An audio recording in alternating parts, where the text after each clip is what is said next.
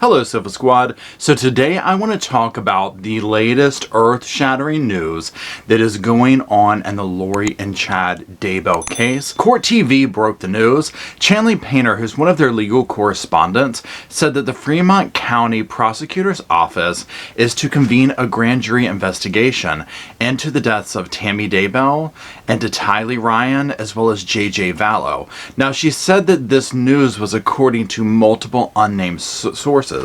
That is kind of a question that's going on in a lot of people's conversations, comment sections, things like that, is because Court TV is really the only people who have mentioned this so far. All these other sources that are really closely following it, so on and so forth, haven't said anything about this. I find that very curious myself. I also think that a lot of people are being very careful about this situation. The grand jury will take place between May 17th and the 20th. Subpoenas are going out to the community to participate in the grand jury. The grand jury proceedings are secret, so that means all this evidence, all that knowledge, all that information is going to be kept out of the public's view, at least for now. Chanley Painter did talk to several of the attorneys in that area, and she said that it was very rare for them to use that type of proceeding. Now let's sofa sidebar this for 1 second. I personally think it's great to go this route with this, just on this regard. Like, remember Chad's preliminary hearing, and I mean, think of other preliminary hearings we've watched, not even this case,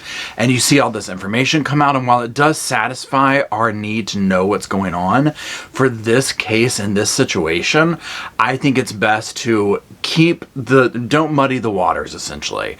Let everything kind of play out behind the scenes, see if we can get these charges.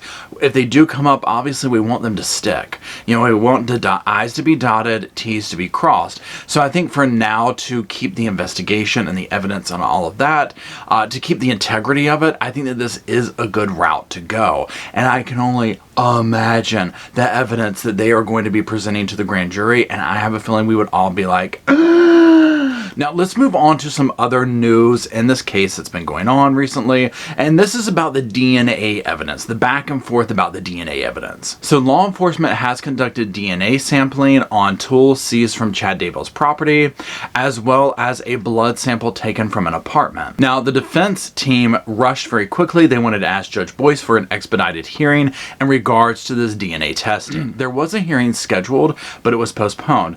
Rob Wood, as well as the defense attorneys, are wanting more information from the state labs about this DNA testing. They're doing this in hopes of reaching an agreement on the issue. Now this hearing was scheduled after Pryor had asked the judge to order the prosecution to do the following things: not pursue any testing on remaining DNA samples until the defense can obtain half of all samples for their own testing, provide all records, reports, and documentation related to testing that has already been performed, allow the defendant's DNA expert to go directly to any lab to review, copy, photograph, and document procedures that will be done in the future or have been done in the past. Provide to the defense any and all evidence related to DNA testing in the case. This is what Rob Wood had to say about this, and I'm going to actually quote him here. When updated or new discoverable reports are received, they will be given over to both defendants on an ongoing basis. Since the investigation's inception, numerous items of evidentiary value have been collected,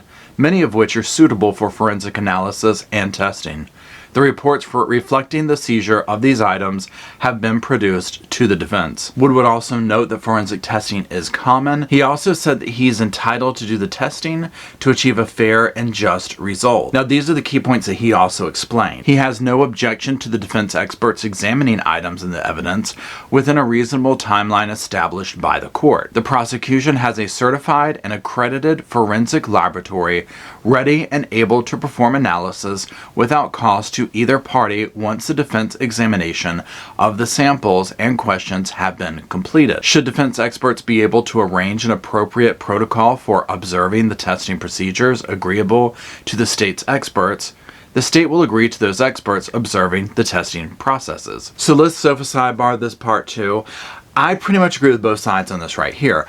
Absolutely. I think the defense should be able to watch this. Some of this testing is it's such a small, minuscule amount of sampling that it's going to destroy it when they do it. So I have no problem with the defense saying, hey, we want to be in on this. We want to have our experts watching this.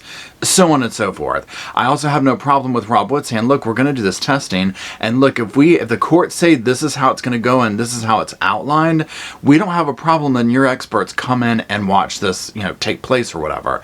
So I'm totally down for all that, especially with this case, because again, this case is so layered, it is so complicated. There's so many different twists and turns, and that's where I'm like, yeah, you know what? Again, I just feel like some of these charges are going to be so tricky to get to stick. So that's where I'm like, yes, absolutely. Dot those I's, cross those T's, file as many damn motions as you need to make sure that there is no room for error. Also, this is how I feel about the DNA stuff. That could potentially blow the lid off of this case. Just like with the grand jury news that came through. I mean, that was like, blowing the roof off that house. So this right here, if some of that DNA comes back as a positive match for whoever, wherever, that type of situation, there's many options that it could be to incriminate some of these people. It's going to be very intriguing, especially the DNA and the apartment, the blood sample from the apartment. Now, as of this recording, they have not said like whose apartment that is, but remember, there's Lori and there's Alex. There's potentially two different places that I'm thinking it's coming from. I'm curious what the Sofa Squad thinks. Drop it in the comments. Tell me, what do you think about the grand jury? Are you cool with it going to the grand jury? Do you wish it was a regular public preliminary hearing? I want to know.